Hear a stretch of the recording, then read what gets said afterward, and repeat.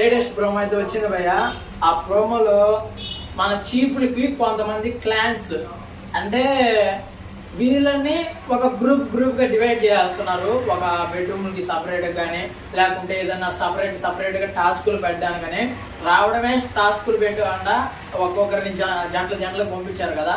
First ఏమో chief అన్నారు, captaincy లేదు, నో రేషన్ అన్నారు, దాని తర్వాత ఏదేదో ఏమీ లేదన్నారు, మళ్ళీ కొత్త పేరు చీఫ్ అని పెట్టారు. ఆ చీఫ్లకి కొంతమంది క్లాన్స్ అంట, అంటే వాళ్ళు వచ్చి వాళ్ళ తరపున వాదించుకోవాలి. ఏదైనా గేమ్ పెట్టారనుకోండి, ఒక గేమ్ పెడతారు, ఆ గేమ్కి ఈయనకి చీఫ్ వచ్చేసి మెయిన్ అవతల వాళ్ళు కొట్టుకొని సావాలా అన్నట్టుగా ఈయన బిగ్ బాస్ అయితే చెప్తున్నాడు.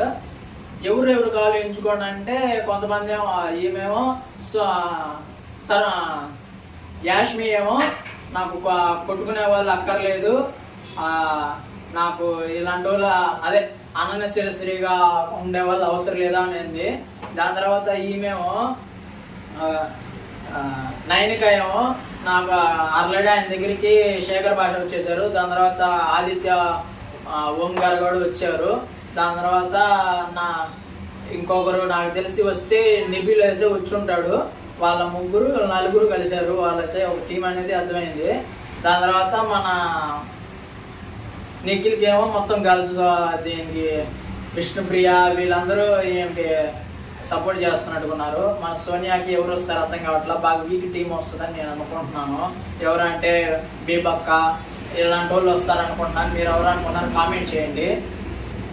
ఇదైతే సోది సీజన్లా ఉంది నాకైతే అనిపించేది. సోది లాగు ఈ పార్టీకి నామినేషన్లు అయ్యేది, ఒక 2 టాస్కులు జరిగాయి. ఇంతకుముందు సీజన్లో అయితే కొద్దిగా ఎంటర్టైన్మెంట్ ఉండేది, ఇదేంలా గోవాల ఏదో చీఫ్ అంట, ఏం ఫుడ్ ఉండదండి, ఏదేదో అంటారు. ఫుడ్ రేషన్ గెలుచుకోవాలి అని అన్నారు. ఇప్పుడు ఎందుకు ఫుడ్ పంపించారు వాళ్ళకి చెప్పండి? ఫుడ్ ఇవ్వకూడదు కదా, ఫస్ట్ గేమ్స్ పెట్టాలి కదా, ఇంకెందుకు ఆ రూల్ పెట్టడం? ఫుడ్ ఇచ్చేసి ఈ సీజన్ అయితే వరస్ట్ సీజను. ఈ వరస్ట్లో ఆయన మధ్య ఎవరంటే మన నాగమణి అంట. ఆడేమో నామినేషన్ టైంలో బో అని ఏడ్చాడు, దాని తర్వాత రియలైజ్మెంట్ ఏదో అయిపోయాడు. నామినేషన్ అన్నీ అయిపోయిన తర్వాత ఇంకా కూర్చొని హ్యాపీగా తింటా ఉన్నాడు.